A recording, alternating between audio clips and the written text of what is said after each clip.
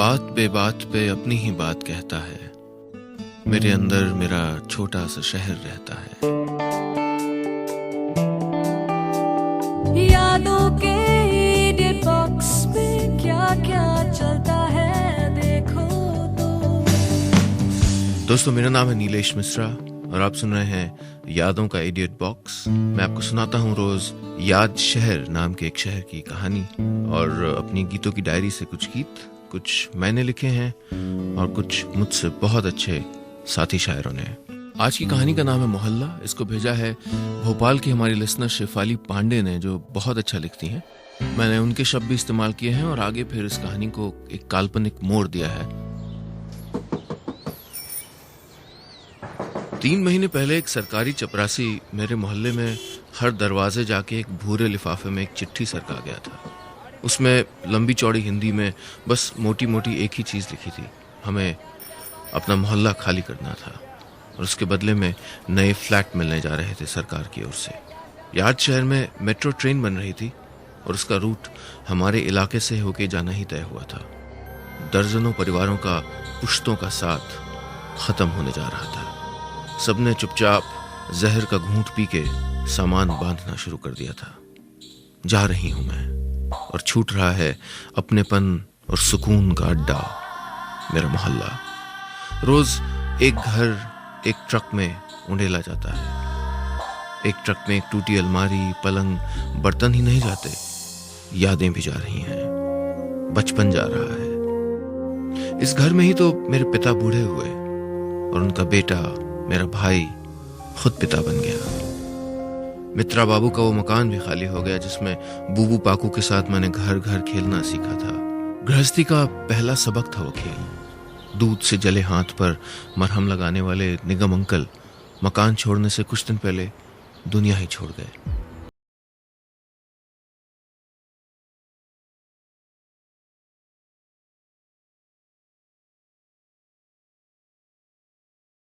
आंखों के आगे उस घर आंगन को उजड़ते देख रही हूं जिस घर में मेरे सपनों की बारात आई थी, जिस घर से उठी थी डोली। पता नहीं जब मेरे घर की छाती पर खड़ा होगा एक मेट्रो स्टेशन, एक मल्टीप्लेक्स, तो मेरी नानी के लगाए आम का क्या होगा, नाना के घर के जामुन का क्या होगा और आंगन में लगी उस नीम का क्या होगा जिसकी छांव में हम 7 भाई बहनों ने स्कूल से कॉलेज तक खत्म किया। अम्मा के सामने तो 52 साल जैसे किसी फिल्म के फ्लैशबैक की तरह गुजर गए। कहती हैं, अभी तो आए थे याद शहर, अपने मोहल्ले। घर छोड़ के जाने की घड़ी भी आ गई। उजड़ रहा है हमारा मोहल्ला।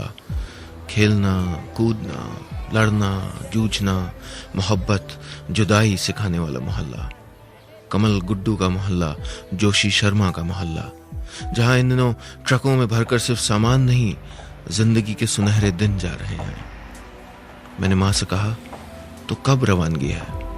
वो बोली, हमारा सामान तो 1-2 दिन में बंध जाएगा, लेकिन दादी का क्या करें? कमरा बंद किए लेटी रहती हैं, निकलने का नाम ही नहीं ले रही हैं। मेरा नाम है नीलेश मिश्रा और आप सुन रहे हैं यादों का इडियट बॉक्स। मैं आपको सुना रहा हूं याद शहर की एक कहानी। आज की कहानी का नाम है मोहल्ला। मोहल्ले के बीचों बीच एक पुराने मकान में उस मकान से भी पुरानी दादी रहती है। यूं तो रिश्ते में हम सब की कुछ नहीं, लेकिन असल में हम सब की दादी है वो। दुबली पतली हैं, सफेद साड़ी पहनती हैं, उनका नाम कोई नहीं जानता। पति परलोक से बैठे बैठे उन्हें देखते रहते हैं और उनके बच्चे विदेश में या जाने किसी दूर परदेश में रहते हैं, कभी पूछने नहीं आते। बड़े हो गए हैं, समझदार हैं। जरूर कोई बात होगी, कोई कारण कि 80 साल की बूढ़ी माँ का ख्याल नहीं आता होगा। और वो 80 साल की बूढ़ी माँ जिसका डबल प्रमोशन होते होते वो सारे मोहल्ले की दादी बन गई हैं, वो अकेले थोड़ी ही थी। हमारे मोहल्ले की शादियों में जब बहू विदा होती थी तो दादी का रोती हुई माँ के बगल में खड़ा होना जरूरी था। अन्नप्राशन में जब बच्चा किसी के हाथ से चावल का पहला दाना खाता था तो वो हाथ अक्सर दादी का होता था। हाँ, पिछले 1 साल से वो बिस्तर पे पड़ी हैं, काफी बीमार चल रही हैं। दादी कहती थी कि उनके दिन गिने चुने बचे थे। डॉक्टर भी यही कहता था। अकेली धार्मिक किताबें पढ़ा करती हैं अपने बिस्तर पर लेटे लेटे, कभी कभी उपन्यास। चश्मे का नंबर बढ़ गया है, दादी आराम से उठ नहीं सकती टेस्ट कराने के लिए जाने के लिए, और दुकान वाला यहाँ आता नहीं। सो उन्होंने एक देसी ट्रिक अपनाई है, अपने चश्मे के ऊपर एक और चश्मा लगा लिया है। लगता है काम चल जा रहा है। किसी कॉमिक बुक की बूढ़ी सुपर हीरो की तरह साड़ी और 2 मोटे चश्मे लगाए उनके दिन गुजरते रहते हैं। दूसरा चश्मा एक और बूढ़ी महिला का है। नौकरानी तो नहीं कहूंगा, कुसुमा ताई अब दादी की सहेली बन गई हैं, 30 साल से सेवा जो कर रही हैं। दोनों बूढ़ी अम्माओं ने आज चुप्पी साध रखी है। सुबह से एक गिलास पानी तक नहीं पिया, जैसे घर में कोई मर गया हो। क्या करती बेचारियां, घर ही मर रहा था। एक मोहल्ले की मौत होने वाली थी। छत की ओर देखते देखते अचानक दादी बोली, कुसुमा, हमने आज तक कोई जिद नहीं की है, आज करते हैं। हम ये मोहल्ला नहीं छोड़ेंगे। दोस्तों, मेरा नाम है नीलेश मिश्रा, यह है यादों का एडिट बॉक्स और आप सुन रहे हैं कहानी मोहल्ला।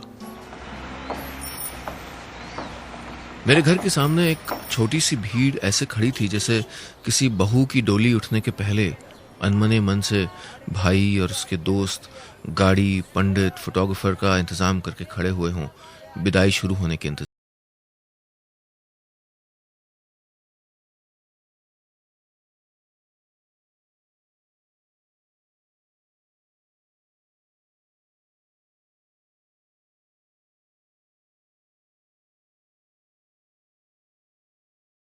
तेजी से गुजर गया। दिल का कितना साफ, कितना अच्छा था वो मकान। पपड़ी उखड़ती गई, बरसों पुताई नहीं हुई, फिर भी उस मकान ने, उन बूढ़े होते दरख्तों ने कभी शिकायत नहीं की। उस छोटे से घर में हर कमरे की अपनी कहानी थी। जगह की कमी हुई तो बरामदा भी एक कमरा बन गया। पीछे का आंगन, मुडेर और आम के साथ याराना निभाता वो उसका पुराना यार, नीम का पेड़। घर की दीवारें तो पहले ही बोलती थी। हम बड़े हुए तो भाई की कलाकारी के रंग भी इन दीवारों पर उतरने लगे। घर का भूगोल बस इतना सा था। 2 छोटे कमरे, एक रसोई, एक छोटा बरामदा। ये थी पूरी दुनिया। 2 दीवानों की तरह याद शहर में आए मेरे माँ बापू का आशियाना। वो अजनबियों की तरह आए थे इस शहर में, इस बस्ती में, पर इस मोहल्ले ने उन्हें इस तरह अपना बनाया कि इस मोहल्ले को छोड़ा ना गया। आज मोहल्ला उन्हें छोड़ रहा था। हर विदाई पे भारी पड़ रही थी उस घर से ये विदाई। अपने अपने घोंसले बना चुकी कभी इस घर की चहकती बेटियां लौट आई थी उस दिन। ट्रक में सामान लद रहा था। अलमारी, पलंग, ड्रेसिंग टेबल, काला टेबल फैन, पुराना डबल बेड, लकड़ी का मंदिर, सब कुछ ट्रक में उड़ेगा जा रहा था। लेकिन घर फिर भी छूट गया था। 11/9। 50 साल तक परिवार की शिनाख्त इस पते से होती थी। ये शिफ्टिंग नहीं, एक पूरे घराने, कई जिंदगियों का तबादला है। कुछ दूर अपने घर की खिड़की से दादी ये सब देख रही थी। उनकी हमारी हजारों हजारों यादें जुड़ी हुई थी इस दहलीज से, जो मैं अब हमेशा के लिए पार करने जा रही थी। दोस्तों, मेरा नाम है नीलेश मिश्रा, यह है यादों का एडिट बॉक्स और आप सुन रहे हैं कहानी मोहल्ला। दादी और उनकी नौकरानी कम फ्रेंड कम असिस्टेंट कुसुमा अपने कमरे में बैठी थी। हल्की हल्की धूप छन के रोशनदान और खिड़कियों से फर्श पे बिखरी हुई थी। कुसुमा की बड़ी जिद के बाद आखिरकार दादी ने एक गिलास दूध पी लिया था और एक केला खा लिया था। आखिरकार बोली, अगर हम इस बिस्तर से उठे ही नहीं तो ये कैसे हमारा घर छीन लेंगे। कुसुमा ने कहा, जिज्जी, क्रांतिकारी न बनो ज्यादा, हम लोग इसमें क्या कर सकते हैं।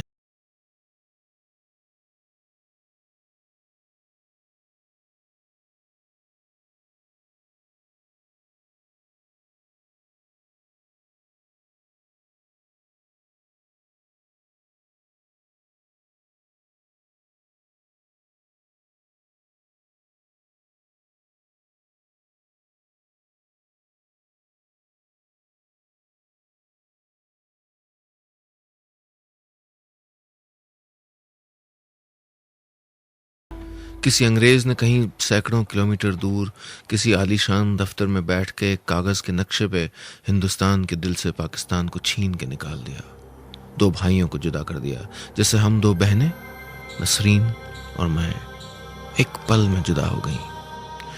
बड़े बड़े दफ्तरों में बैठ के अक्सर बड़े बड़े लोग कलम के एक दस्तखत से एक घिसी हुई मोहर लगा के कितनी हजारों लाखों जिंदगियों पे अपने महीन महीन तरीके से अपनी छाप छोड़ जाते हैं।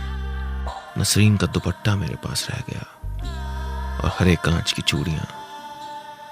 फिर कभी नहीं मिली मेरी बहन, बस ऐसे ही छोड़ा था घर। तू नहीं समझेगी ये दर्द कुसमा। कुसमा उलझ पड़ी। जी हम नहीं।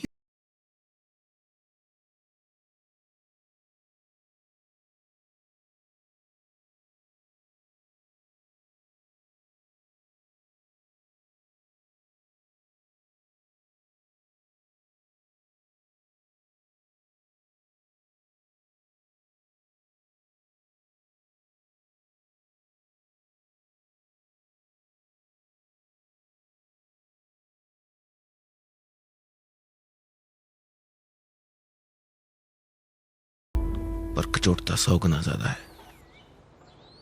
दादी कुछ पल खामोश रही, फिर कुसमा का हाथ लेटे लेटे अपने हाथों में लिया, बोली, कुसमा जरा निकाल तो हमारी लाठी, वो सूती धोती जरी के बॉर्डर वाली और वो लाल वाली चप्पल जो लाए थे हम तुम पिछले साल।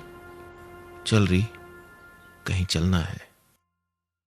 मेरा नाम है नीलेश मिश्रा और आप सुन रहे हैं यादों का इडियट बॉक्स, और मैं आपको सुना रहा हूं एक इमेजिनरी काल्पनिक शहर, याद शहर की कहानी। आज की कहानी आधारित है हमारी लिसनर शिफाली पांडे के आइडिया पर। मेरे घर के सामने ट्रक में सामान अभी लद ही रहा था। सोफे चढ़ चुके थे, पुराना लकड़ी के शटर वाला टीवी अपनी जगह घेर चुका था और लोहे की अलमारी का आधा खुला दरवाजा जोर जोर से आवाज करके शिकायत कर रहा था। कुछ और मिनटों में खेल खत्म होने वाला था। कितनी अजीब होती हैं ये आखिरी मुलाकातें, अलविदा भी कहना और आंसू भी छुपाना। एक फाइन आर्ट, एक कला ही तो है। आखिरी बार पलट के जाते हुए मुसाफिर को देखना, आखिरी बार ट्रेन की सेकंड क्लास की खिड़की में से हाथ डाल के उसकी उंगलियों को छू लेना। पर एक घर से अलविदा कहना अभी सीखा नहीं था। आंसुओं में गुथी पलकें उठाई तो देखा कि वो दो औरतें, दादी और कुसमा, एक ऑटो रिक्शा में बैठ गईं और कहीं सड़कों पे गुम हो गईं। शहर के एक कोने में एक बड़े से सरकारी दफ्तर के सामने जाके ऑटो रुका। पहले लाठी निकली, फिर दादी, फिर कुसमा। दोनों बूढ़े सिपाही जैसे ही मैदान जंग में उतरे, समझो खलबली मच गई। लंबे टीन शेड के नीचे अपनी छोटी छोटी मेजें और उन पे टाइपराइटर टिकाए नोटरी चाय के कप हवा में ही थामे रहे। दूर दूर से आए अमीर गरीब दलालों से मोल भाव करते करते रुक गए। बेढब मर्दों के जंगल में ये दो बूढ़ी महिलाएं क्या कर रही थीं? एक दलाल ने हिम्मत करके पूछ ही लिया, माताजी काम क्या करवाना है? खेत खलियान का झगड़ा है? कोई जेल में है? Old age pension? दादी ने उसे घूर के देखा और बोली, बड़े साहब से मिलना है। 10 मिनट बाद दादी शहर के सबसे बड़े अफसर के दफ्तर के सामने खड़ी थी। वही आदमी जिसने उस भूरे लिफाफे में बंद करके मोहल्ले की मौत का फरमान भेजा था। दोनों आगे बढ़ी। खड़ा होकर चपरासी बोला, हाँ माता जी, कहाँ जाएंगी? दादी ने उसे घूर के कहा, बड़े साहब से मिलने। चपरासी बोला, टाइम लिया है क्या? दादी ने कहा, अफसर जनता की सेवा के लिए होते हैं, ना कि हम उनकी। और वो लाठी से दरवाजा धीरे से ढकेल के अंदर घुस गई। अंदर अफसर अकेला बैठा था। थोड़ा झल्ला के बोला, जी? दादी ने लाठी का हैंडल कस के पकड़ा और दूसरे हाथ से कुसुमा के कंधे का सहारा लिया।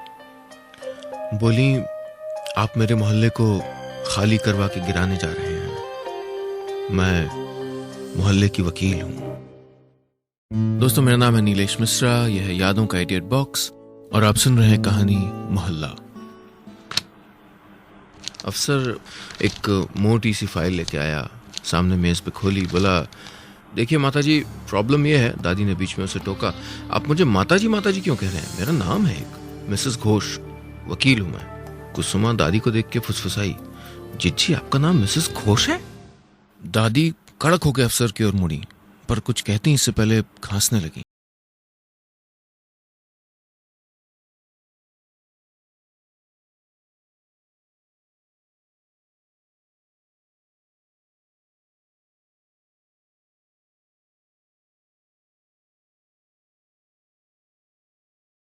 की बेटी हूं बेटा। मेरे पापा ने लाहौर में बड़े बड़े इलाके प्लान किए थे, सोच के देखिएगा। कुर्सी पे बैठा आदमी जब कुर्सी से उतर के जमीन पे खड़ा होकर सोचता है तो बड़े बड़े काम कर लेता है। अफसर ने कहा, माफ कीजिएगा माताजी, मजबूर हूं। दादी और कुसुमा धीरे धीरे वापस आ गए। मेरा ट्रक अब तक जा चुका था। 4 घंटे बीत गए, फिर 7, फिर 10, फिर अगली सुबह हो गई। दादी की खांसी बढ़ती गई, बिस्तर पे लेटी थी। दादी के चारों ओर हम लोग खड़े थे। जब मना किया था डॉक्टर ने तो क्यों गई संकट मोचन। आया डॉक्टर, तुम कुसुमा, तुमने इन्हें जाने कैसे दिया?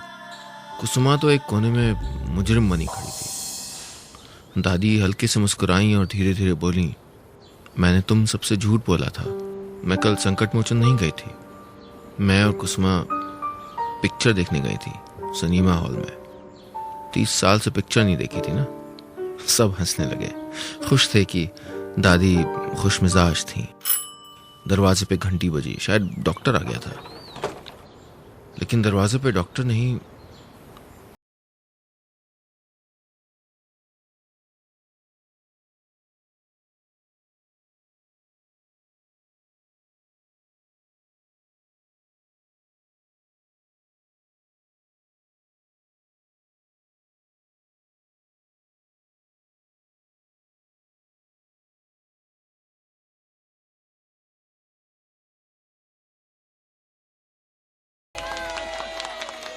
हमारी तो लॉटरी खुल गई। सब ताली बजा के सेलिब्रेट करने लगे, थैंक यू बोल रहे थे। अफसर साहब ने कहा, आप मुझे नहीं मिसेस घोष को थैंक यू बोलिए। उन्होंने ही मुझे सिखाया कि अफसर जब अपनी कुर्सी से उतर के जमीन पे खड़े होते हैं तो बड़े बड़े कमाल कर देते हैं। सबने कहा, ये मिसेस घोष कौन है? कुसुमा उछल के बीच कमरे में आ गई, जैसे जीतने वाले घोड़े का मालिक अपने आप को इंट्रोड्यूस कर रहा हो। बोली, अरे जिज्जी, और कौन? सबने अचरज में दादी को देखा। उनकी आंखें बंद थीं, चेहरे पे संतोष भरी हल्की सी मुस्कान थी। सबकी हंसी बंद हो गई। सबको उनका मोहल्ला वापस दिला के दादी ने मोहल्ला छोड़ दिया था। बस इतनी सी थी आज की कहानी। शुक्रिया शेफाली पांडे जी, जिनकी कहानी पे आज की कहानी आधारित थी। आप लोग भी भेज सकते हैं मुझे अपनी कहानियां। ईमेल आईडी है neelesh.misra@reliancebroadcast.com। फेसबुक पे ज्वाइन कीजिए, याद शहर विद नीलेश मिश्रा है पेज का नाम। इस पे आप अगली सुबह रिकॉर्डिंग सुन सकते हैं पिछली रात की कहानियों की। ट्विटर पे हूं मैं, नीलेश मिश्रा, NEELESHMISRA। और आप SMS भी कर सकते हैं। टाइप कीजिए बिग स्पेस आपकी कहानी की समरी, अपना नाम और भेज दीजिए 55454 पे। सुनते रहिए 92.7 बिग FM।